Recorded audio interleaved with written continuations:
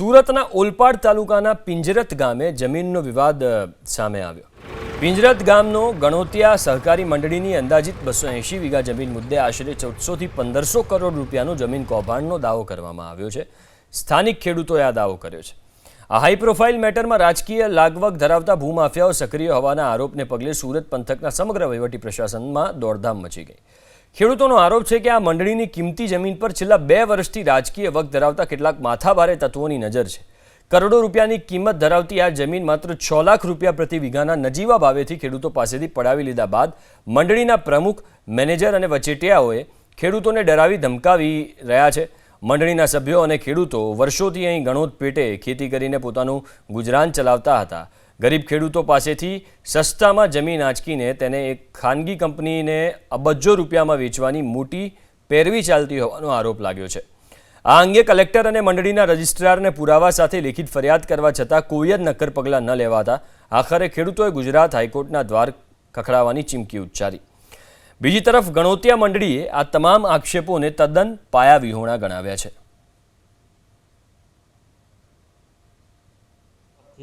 Road touch જમીન છે, main road touch, એટલે એ લોકોનો બદ ઇરાદો થયો છે.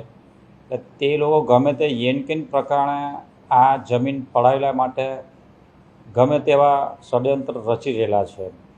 એટલે એ લોકો પાસે અને બીજા જે પ્રમુખ સેક્રેટરી છે એ લોકો સાથે ભેગા મળીને કોઈ બી હિસાબે હુમલો કરીને કે ચોરી છુપીથી ગમે તેમ કરીને સાઇન કરાવી લેવી છે. અને જે અમને શેર આપ્યા છે એ લોકો યેનકેન પ્રકારે શેર એ લોકોના નામે ટ્રાન્સફર કરવાની વિધિ ચાલુ કરી દીધી છે. હાલમાં એ લોકોએ 31/3થી એના ટુકડા પાડવાનું ચાલુ કરી દીધું. ખેડૂતોને જે ગામના એમને તો કશું ખબર જ નથી આ બાબતમાં કે ખરેખર શું ચાલી રહ્યું છે. પૈસા વેચવાની વિધિ ચાલુ કરી તે પહેલાં તો 10 ટુકડા પર પાડી દીધા એમને. મંદરી વેચવાની કરા છે કે જમીન વેચવાની કરા કે હડપ કરી લેવાની વાત છે. મંદરી, સહકારી મંદરી કોઈ દિવસ વેચાય નહીં. એ સરકારની જમીન છે. સરકારી જમીન વેચાતી હોતી જ નથી. અને તમે અત્યારે બી ઓનલાઈન તમે નકલ કરાવો 2000 કેટલો 2067 નંબર બ્લોક નંબર છે, તમે હાલ બી કરી શકો છો. એની અંદર અમારી પિંજર ખાલેન ગણ સુરાયન મંદરી જ નામ ચાલે છે. અને અમારી મંદરી જે ખરી એ સુસુપ્ત અવસ્થામાં હતી.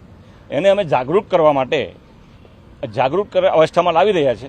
અને જાગૃત અવસ્થામાં લાવવાની સરકારી યોજનાનો લાભ કઈ રીતે મળે ખેડૂતને, અને એ ખેડૂતને સરકારી લાભો મળે એ માટે અમે અમારી મંદરીને અદ્યતન કરી રહ્યા છીએ અને શેર અદ્યતન કરી રહ્યા છીએ.